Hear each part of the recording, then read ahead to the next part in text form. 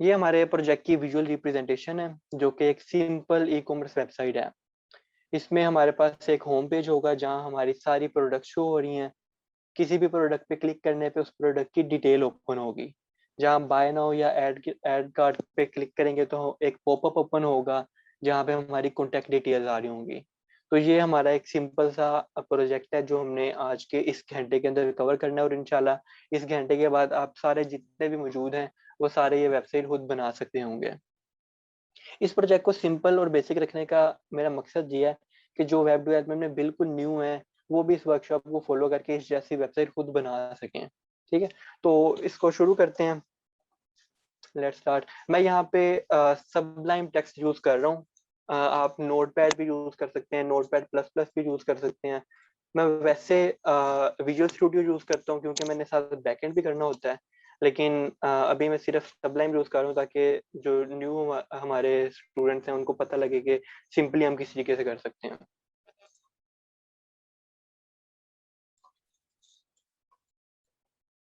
एक मैं new folder बना लेता हूँ डेमो प्रोजेक्ट के नाम से।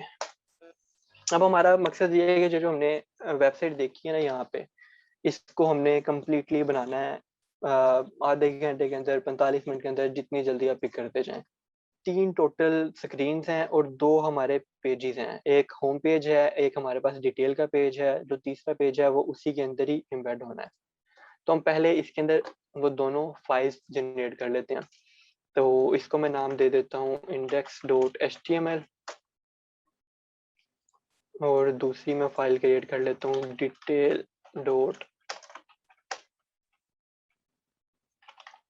detail.html।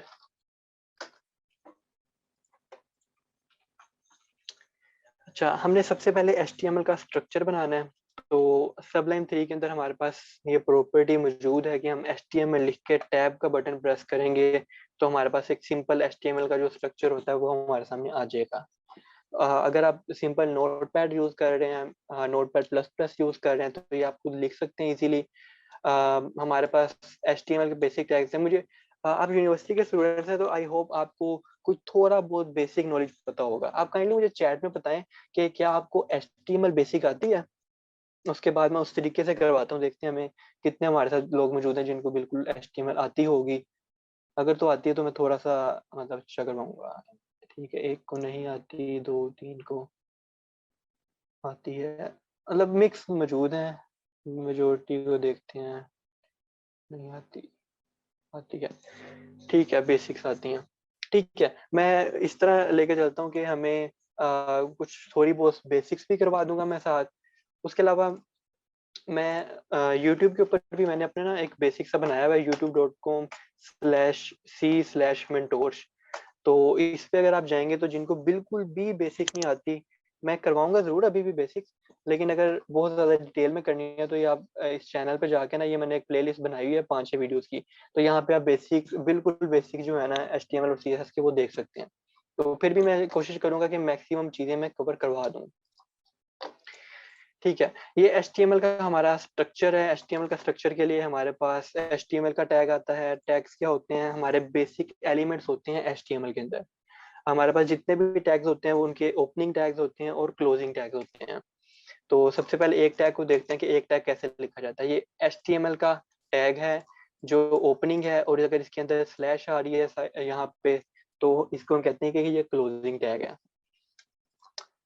इसके अंदर 2 पार्ट्स आ रहे होते हैं, एक हेड आ रहा होता है और एक बॉडी आ रही होती है। तो मैं इसको थोड़ा क्विक करने के लिए ऐसे कर लेता हूँ। ये एक हेड टैग आ रहा है, ये हमारे पास बॉडी का टैग आ रहा है। हेड टैग का मतलब होता है जो हमारे पास वेबसाइट में ऊपर चीज आ रही हो, ये जो टाइटल ऊपर शो हो रहा होता है यहाँ पे, इसको हम कहते हैं कि ये टाइटल है। और जो हमने लिंक्स वगैरह देने होते हैं CSS के, जावास्क्रिप्ट के या बाकी वेबसाइट्स के साथ हमने जो लिंक्स देने होते हैं, फोर्ट्स के लिंक देने होते हैं, वो हमने यहाँ पे हेड के अंदर लिखने होते हैं। तो फॉर टाइम बिंग हमें यहाँ पे इसका टाइटल लिखना है। टाइटल का मतलब ये है, जिस तरीके से मैं इस पेज पे देखूँ तो ASP.NET वेब डेवलपमेंट टाइटल आ रहा है, तो मैंने यहाँ पे कोई टाइटल लिखना है। तो मैं होम पेज बना रहा हूँ तो मैं इसके लिए होम पेज का ये लिख लेता हूँ। ठीक है, ये हमने टाइटल डाल दिया। इस टाइटल से हमारे पास जो ऊपर हेडर के अंदर आ रहा होगा, जो नेम आना है वो यहाँ पे आएगा, तो वहां पे हमारे पास होम आ रहा है। उसके बाद हमने अब यहाँ पे फॉर एग्जांपल सिर्फ मैं एक H2 के अंदर H1 H2 से लेके H6 तक हमारे पास हेडिंग्स यूज हो रही होती हैं। तो यहाँ पे सिर्फ मैं हेलो वर्ल्ड लिख के चेक कर लेता हूँ कि जो हम बना रहे हैं वो हमारे पास चल रहा है या नहीं। तो ये हमारा वर्क हेलो वर्ल्ड का आ गया है, मतलब हमारा जो पेज बना रहे हैं वो चल रहा है। हेडिंग्स का आपको बता देता हूँ, H1 से लेके H6 तक हेडिंग्स होती हैं। H1 सबसे बड़ी हेडिंग होती है, H6 सबसे छोटी हेडिंग होती है। अच्छा, अब हमने इस प्रोजेक्ट को बूटस्ट्रैप यूज करके बनाना है। बूटस्ट्रैप यूज करने का मकसद ये होता है कि हमारे पास हमें कस्टम CSS कम से कम लिखनी पड़े, हमारी एक मेहनत बच जाए, और जो पहले से कोड लिखा हुआ है वो हमें दोबारा ना लिखना पड़े, और वो रिस्पॉन्सिव भी होती है, मोबाइल के लिए अच्छी रहती है। तो इसके लिए हमारे पास CDN हम यूज करते हैं। तो आपने सिंपली गूगल पे लिखना है बूटस्ट्रैप 3 CDN। यहाँ पे W3 स्कूल के लिंक पे चले जाइए, यहाँ पे आपको एग्जांपल्स मिल जाती हैं। यहाँ से HTML CSS वगैरह ये इनकी सारी एग्जांपल यहाँ पे पड़ी होती हैं। तो ये एक काफ़ी अच्छी वेबसाइट है बिगिनर्स के लिए, अगर आपने सीखना चाहते हैं तो यहाँ से भी कर सकते हैं। तो ये हमारे पास बूटस्ट्रैप के CDN यूज हो रहे हैं। मैं यहाँ पे इन तीन चार चीज़ों को कॉपी कर लेता हूँ, यहाँ पे आपको समझाता हूँ कि ये क्या हो रहा है।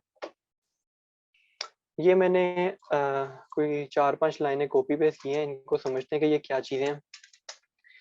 सबसे पहले मेटा टैग को समझते हैं। मेटा टैग हमें एज अ यूजर वेबसाइट पर नजर नहीं आ रहे होते, ये बोट्स के लिए होते हैं, जो गूगल के बोट सर्च इंजन वगैरह होते हैं उनके लिए होते हैं, और ब्राउजर के लिए होते हैं। तो अगर इनकी बहुत ज़्यादा समझ नहीं आती तो कोई बात नहीं, मैं फिर भी समझाने की कोशिश करता हूँ। ये पहला जो मेटा टैग है, ये कैरेक्टर से डिफाइन करता है कि हम जो लैंग्वेज यूज कर रहे हैं वो डिफाइन है या नहीं। मतलब इंग्लिश लैंग्वेज, उर्दू लैंग्वेज वगैरह UTF-8 के अंदर आ जाता है। अगर हम कोई ऐसी लैंग्वेज यूज कर रहे हैं जो इस कैरेक्टर सेट में मौजूद नहीं है, तो हम यहाँ पे 16 यूज करते हैं, या जो उसका कैरेक्टर सेट होता है वो यूज करते हैं। तो सिंपली आपको ये चेंज करने की जरूरत नहीं पड़ेगी। अगर कोई किसी क्लाइंट की लैंग्वेज कोई बिल्कुल डिफरेंट है जो इस कैरेक्टर सेट में नहीं आती, तो आपको फिर इसको चेंज करने की जरूरत पड़ेगी। उसके अलावा ये मेटा का टैग है जो व्यू पॉइंट को डिफाइन करता है। ये मोबाइल से रिस्पॉन्सिव बनाने के लिए ये हम टैग को यूज कर रहे होते हैं। इसके अलावा अब जो बूटस्ट्रैप के लिए जो मुझे मेन CDN चाहिए थे ना, वो ये 3 लाइनें हैं। ये जो पहला लिंक है ये हमारे पास बूटस्ट्रैप की CSS को लेके आ रहा है। जो बाकी दो हमारे पास स्क्रिप्ट्स हैं वो jQuery और बूटस्ट्रैप की जावास्क्रिप्ट को लेके आ रहे हैं। तो अगर इन हेडर की चीज़ों की समझ नहीं आ रही तो कोई बात नहीं, आपने ये सिंपली वो W3 स्किल से कॉपी पेस्ट कर लेना, और ये हमारी बूटस्ट्रैप रनिंग में आ जाएगी। कुछ लोग इन स्क्रिप्ट्स को यहाँ बॉडी से पहले लिख रहे होते हैं। उसका रीज़न ये होती है कि अगर हमने वेबसाइट की स्पीड को ऑप्टिमाइज करना हो, तो स्पीड को ऑप्टिमाइज करना हो तो हम ये बॉडी से ऊपर लिख रहे होते हैं, ताकि हमारे पास हेड सबसे पहले लोड होना होता है।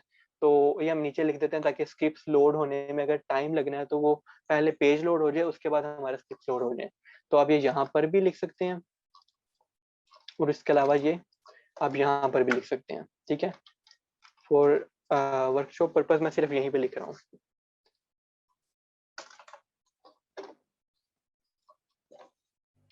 तो हमारे पास बूटस्ट्रैप के CDN ऐड हो चुके हैं, मतलब हम बूटस्ट्रैप को यूज कर सकते हैं। तो अब हमने ये इसको फॉलो कर रहे हैं, हमने एग्जैक्टली एज इट इज ये वेबसाइट बनानी है। तो यहाँ पे हमारे पास सबसे पहले नेविगेशन बार आ रहा है। तो नेविगेशन बार के लिए हम इसको बनाते हैं हेलो वर्ल्ड, हटा देते हैं। इसमें HTML का बेसिक एक हमारे पास टैग है। जी ASP.NET का भी बिल्कुल बताऊंगा मैं एंड पे लाजमी। नेव बार बना रहे हैं। इसके अंदर हमारे पास HTML के अंदर हम जब भी प्रोफेशनल कोई भी वेबसाइट बना रहे होते हैं तो हमारे पास सबसे ज्यादा ये div का टैग यूज हो रहा होता है। div का टैग हमारे पास सिर्फ कोड को डिवाइड करने के लिए यूज हो रहा होता है। हमने एक लाइन को दूसरी लाइन पे लेके आना है, या किसी भी कोड को सेपरेट करना है दूसरे कोड से, तो हम div का टैग यूज करते हैं। हम किसी भी वेबसाइट को यूज करें तो हमें ये div का टैग बहुत दफा नजर आएगा, मतलब हमने जितनी भी सेपरेशन करनी है तो हम div का टैग लगा रहे होंगे। तो अब हम अच्छी कोडिंग अप्रोच यूज करते हैं, हम div का टैग हर जगह यूज कर रहे होंगे। तो सिर्फ ये इसका एक्चुअल मकसद कोड की सेपरेशन करना है, कोड को बेहतर तरीके से शो करना है। तो नेविगेशन बार के लिए क्लासेस यूज होती हैं। क्लासेस क्या होती हैं, पहले आपको थोड़ा सा ये कॉन्सेप्ट दे देता हूँ। जिनको CSS का थोड़ा बहुत नॉलेज है उनको क्लासेस का पता होगा, जिनको नहीं पता ये मैं बता रहा हूँ। हमने अगर CSS लिखनी है, CSS हम कहते हैं कास्केड स्टाइल शीट बना रहे होते हैं, इसके अंदर हम सारी स्टाइलिंग जो कर रही होते हैं ना, ये हमारा हमने कोई कलर्स देने हैं, हमने इनको साइड्स पे करना है, जगह छोड़नी है, जितने भी हमने इसको प्यारा बना रहे हैं हम उसको हम स्टाइल शीट के अंदर कर रहे होते हैं, CSS के अंदर कर रहे होते हैं।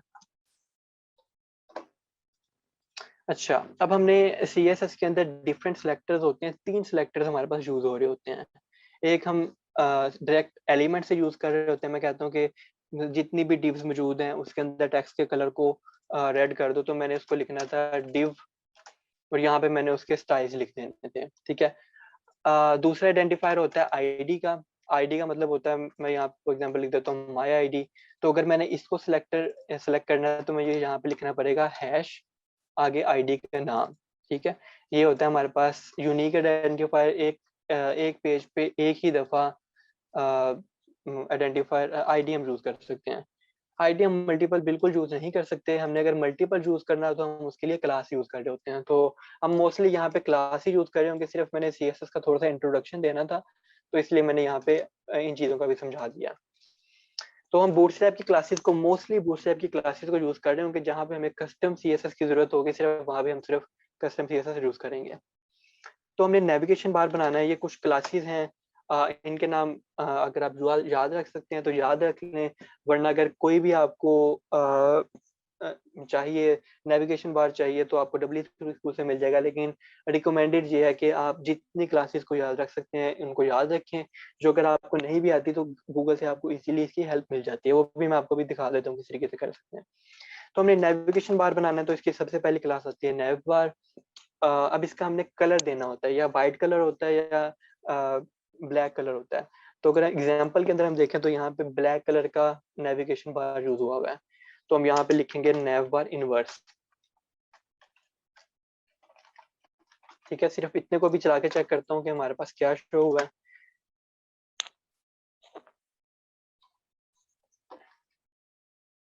ये हमारे पास एक नेव बार आ गया, ऊपर बिल्कुल खाली है, यहाँ पे ये ब्लैक कलर का आ गया है।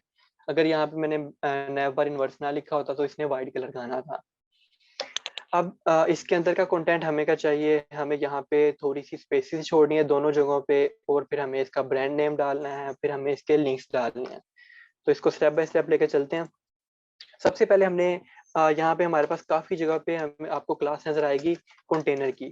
कंटेनर क्लास का मतलब ये होता है कि हमने अगर साइड्स पे स्पेस छोड़नी हो, जिस तरीके से यहाँ पे इस नेम के लेफ्ट साइड पे और इस इन लिंक्स के राइट साइड पे स्पेस छोड़ी हुई है, तो हमने अगर ये वेबसाइट के साइड्स पे स्पेस छोड़नी हो, मार्जिन छोड़ना हो, तो हम इसके लिए कंटेनर की क्लास यूज कर रहे होते हैं।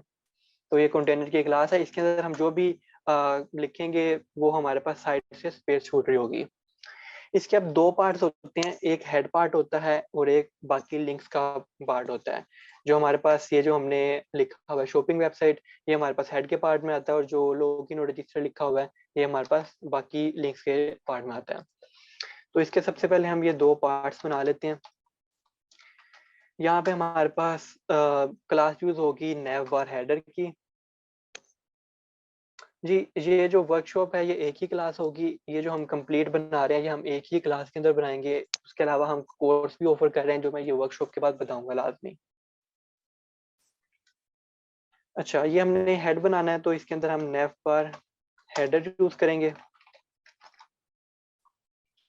इसके अंदर हेड के अंदर हमारे पास क्या क्या चीजें आ रही हैं। हेड के अंदर हमारे पास सिर्फ ये एक लिंक आ रहा है जो कि ब्रांड लिंक है, जो कि बाकी लिंक से थोड़ा सा बड़ा है।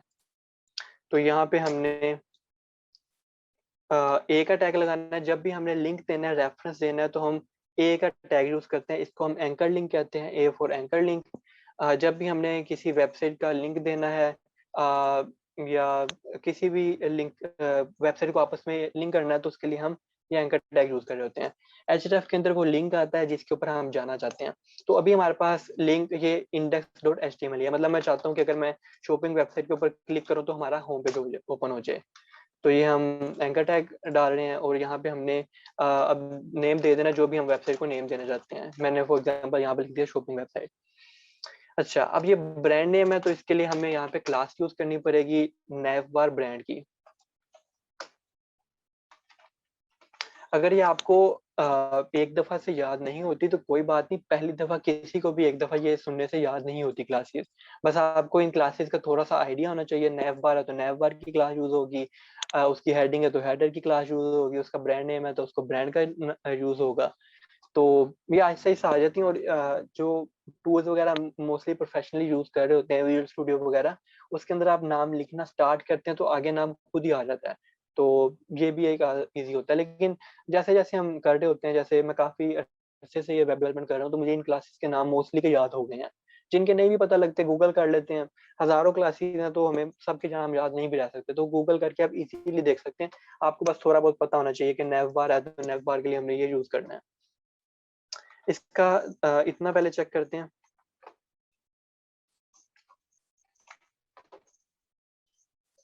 यहाँ पे हमारे पास इसका टाइटल ब्रांड नेम आ जाएगा।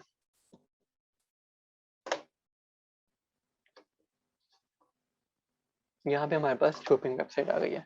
ठीक है, इसके ऊपर मैं ये कर्सर लेके जा रहा हूँ तो ये इसका चेंज होता है कलर वगैरह।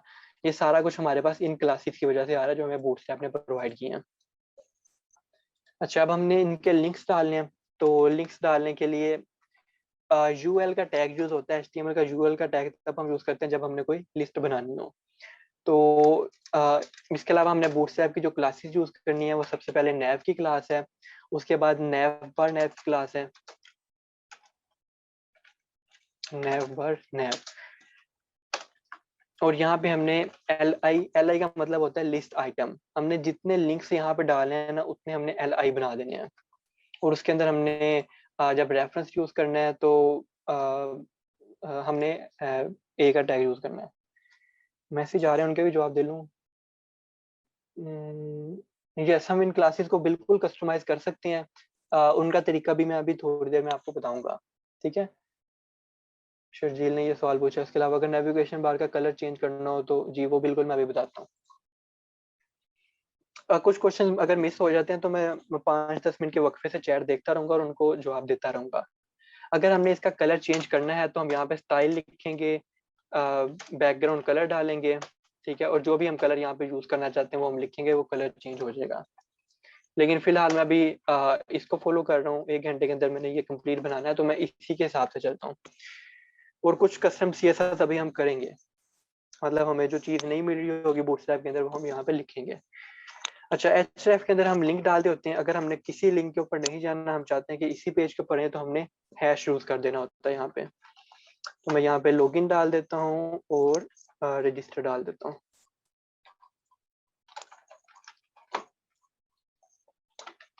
ये जो मैं वर्कशॉप करवा रहा हूँ इसका मकसद सिर्फ एक शॉपिंग वेबसाइट बनाना नहीं है। मैं आपको बता रहा हूँ कि हम किसी भी डिजाइन को फॉलो करके किस तरीके से बना सकते हैं। मुझे जो जो चीज नजर आ रही है मैं उसको उसी तरह साथ साथ बनाता जा रहा हूँ। जी उसामा, वर्कशॉप की रिकॉर्डिंग मिल जाएगी यूट्यूब के ऊपर।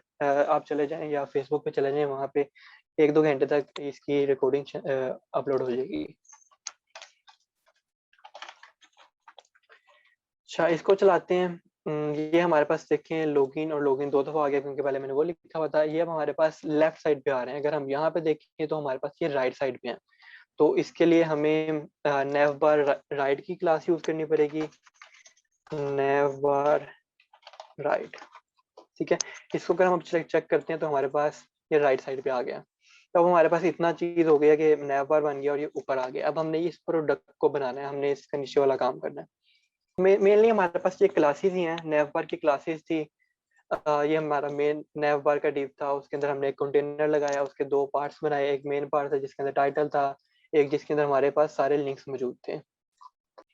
ठीक है, इसको अब हमने ये बनाना है। ये हमारा इस वक्त मेन मकसद है, हमने इस प्रोडक्ट को बनाना है। एक को बनाना है, बाकी हम कॉपी पेस्ट करेंगे तो वही बन जाएगा। तो सबसे पहले बूटस्ट्रैप के अंदर एक बॉक्स बनाने के लिए हम पैनल यूज करते हैं। ये देख रहे हैं, अब सारा कुछ डिव के अंदर लिख रहा हूँ मैं। तो ये एक स्ट्रक्चर के अंदर हम ये सारा काम कर रहे होते हैं। तो यहाँ पे मैंने एक पैनल बनाना है। पैनल के लिए एक पैनल की क्लास यूज होती है। इसको कलर हम कोई भी दे सकते हैं। पैनल डिफॉल्ट से वाइट कलर आता है, पैनल प्राइमरी से ब्लू कलर आता है, सक्सेस से ग्रीन कलर आता है। लेकिन for sake of this workshop हम पैनल डिफॉल्ट रखेंगे ताकि हमारे पास वाइट कलर ही आए।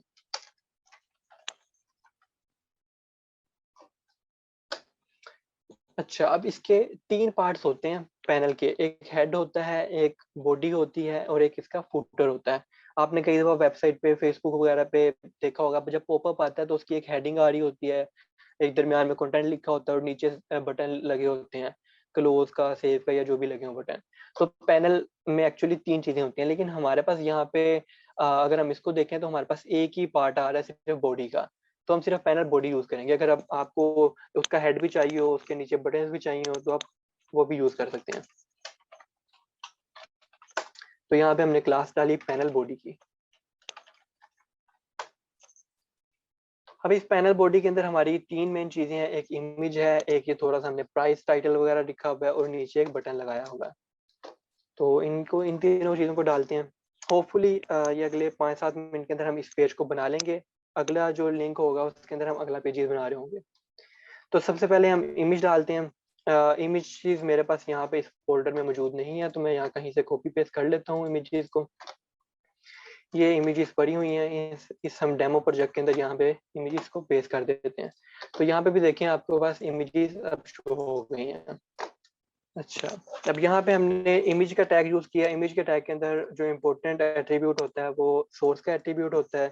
यहाँ पे हमने पाथ देना होता है। पाथ में हमारे पास फ़ोल्डर का नाम आता है और आगे इमेज का नाम आता है। तो यहाँ से हम कोई भी इमेज यूज़ कर लेंगे। फॉर एग्जांपल मैं यहाँ पे इमेज -1.jpg लिख रहा हूँ और उसके साथ इसको रिस्पॉन्सिव बनाने के लिए बूटस्ट्रैप की क्लास होती है इमेज रिस्पॉन्सिव की। रिस्पॉन्सिव, इमेज रिस्पॉन्सिव का मतलब ये होता है कि अगर हमारे पास ब्लॉक साइज बड़ा या छोटा है तो उसके हिसाब से इमेज खुद ही अपने आप को एडजस्ट कर ले। तो ये हमने इमेज लगा दी, उसकी क्लास लगा दी। ये हमारे पास हो गया, इमेज हमने डाल दी है। अब हमने नीचे जो टाइटल और प्राइस है वो डालने हैं। तो हम अगर इसमें देखें तो हमारे पास ये सेंटर में आ रहे हैं टाइटल और प्राइस। तो इसके लिए पहले मैं एक डिव बनाता हूँ और उस डिव में जितना भी कंटेंट है ना, मैंने उसको सेंटर में करना है। तो उसके लिए क्लास यूज होती है टेक्स्ट सेंटर की। अब इसके अंदर मैं जो भी कंटेंट लिखूंगा वो सेंटर में आएगा उस ब्लॉक के। तो यहाँ पे मुझे 2 चीज़ें चाहिए, एक प्राइस चाहिए चाहिए और एक टाइटल चाहिए। तो टाइटल में यहाँ पे हम लिख लेते हैं फॉर एग्जांपल मैन प्रोडक्ट, और इससे नीचे हमें प्राइस चाहिए। तो प्राइस में हम लिख देते हैं फॉर एग्जांपल 1200। अच्छा, ये हमारे पास इमेज और ये तो आ गया, लेकिन अगर हम यहाँ पे देखें तो हमारे पास ये प्रोडक्ट वेबसाइट के पेज की थोड़ी सी जगह पे आई है। मतलब अगर ये 25% पे एक प्रोडक्ट आई है, 25 पे दूसरी, 25 पे तीसरी, 25 पे चौथी। तो अगर मैं इसको पहले आपको चला के दिखाता हूँ कि क्या मैं कहने का चाहता हूँ। ये देखिए, पूरा ब्लॉक हमारी पूरी वेबसाइट के ऊपर आ गया। हम ये नहीं चाहते, हम चाहते हैं कि एक ब्लॉक सिर्फ 25% के ऊपर आए। तो बूटस्ट्रैप ने हमें ग्रिड सिस्टम दिया हुआ है। हम डिफाइन कर सकते हैं स्क्रीन के हम कितने पार्ट के ऊपर उसको लेके आना चाहते हैं। तो यहाँ पे हमने बूटस्ट्रैप के 12 कॉलम्स होते हैं। अगर हम 12 कॉलम्स को 4 पे डिवाइड करें तो हमारे पास 3 कॉलम पर प्रोडक्ट बनते हैं। तो हमने हर प्रोडक्ट के लिए 3-3 कॉलम्स छोड़ने हैं। तो इस सारे को मैं 3 कॉलम्स के अंदर लेके आना चाहता हूँ बूटस्ट्रैप के ग्रिड सिस्टम के अंदर। तो मैं यहाँ पे डिव बनाऊंगा। इस सारे को ना मैं पहले एक कंटेनर में रख लेता हूँ। कंटेनर का मैंने आपको पहले ही बताया, साइड से स्पेस मिल जाती है हमें। तो इसको मैंने पहले एक कंटेनर के अंदर लिखा, फिर इसके अंदर मैंने एक डिव बनाया जिसको मैंने कॉलम दे दिए। कॉलम लिखने का तरीका ये होता है, कॉल एलजी होता है लार्ज स्क्रीन के लिए। अगर आप डिफरेंट मोबाइल के लिए, टैब्स के लिए इनको डिफरेंट कॉलम देना चाहते हैं तो आप यहाँ पे MD, SM या SX भी यूज कर सकते हैं। तो फिलहाल मैं ये लार्ज स्क्रीन के लिए कर रहा हूँ, तो इसको मैं ऐसे करूंगा तो ये 3 कॉलम्स के ऊपर आ जाएगा। ठीक है, ये एक सिर्फ ब्लॉक जो है ये इतने पे आ गया है। अब यहाँ पे इसके नीचे हमने ये बटन लेके आना है और ये फुल विड्थ के ऊपर लेके आना है। पहले तो मैं ये बूटस्ट्रैप से लेके आता हूँ, फिर उसको हम कस्टमाइज करेंगे। सिंपल मैंने उसको लगाया बटन। इसका हमने रेफरेंस भी डालना है तो इसको A टैग से करते हैं। यहाँ पे मैं चाहता हूँ कि अगर मैं इस बटन के ऊपर क्लिक करूँ तो ये डिटेल्स के ऊपर जाए। डिटेल डॉट HTML पे जाए, जो हमने पेज अभी बनाया है लेकिन उसको अभी हमने कुछ किया नहीं है। तो इसको मैं नाम दे देता हूँ व्यू डिटेल्स का। अच्छा, अब हमने इसको थोड़ा बनाना है इस जैसा कि वो फुल विड्थ पे आए, ब्लैक कलर का हो, वाइट कलर का टेक्स्ट आ रहा हो, मतलब इसको हमने अच्छा बनाना है। पहले तो हम बूटस्ट्रैप से करते हैं कि बूटस्ट्रैप से हम कहाँ तक पहुंच सकते हैं। BTN की क्लास यूज होती है, BTN फॉर बटन, और यहाँ पे हम लगा देते हैं बटन प्राइमरी। तो अगर सिर्फ मैं इतने को चलाता हूँ तो क्या आता है मेरे पास, ये मेरे पास एक बटन आया, प्राइमरी यूज किया तो इसलिए ब्लू कलर यूज हुआ है। तो मैं चाहता हूँ कि ये एक तो ये फुल विड्थ के ऊपर आए, और फुल विड्थ के अलावा इसका कलर ब्लैक आना चाहिए। तो अगर सिर्फ मैंने फुल विड्थ के ऊपर लेके आना, तो यहाँ पे मैं स्टाइल यूज कर देता हूँ। स्टाइल का एट्रीब्यूट यूज होता है इनलाइन CSS यूज करने के लिए। तो मैं यहाँ पे कर देता हूँ विड्थ 100%। विड्थ 100% से मेरे पास वो फुल विड्थ के ऊपर आ जाएगा, ठीक है। अब इसका कलर हमें ब्लैक चाहिए, तो हम इसकी थोड़ी सी कस्टम CSS लिख लेते हैं।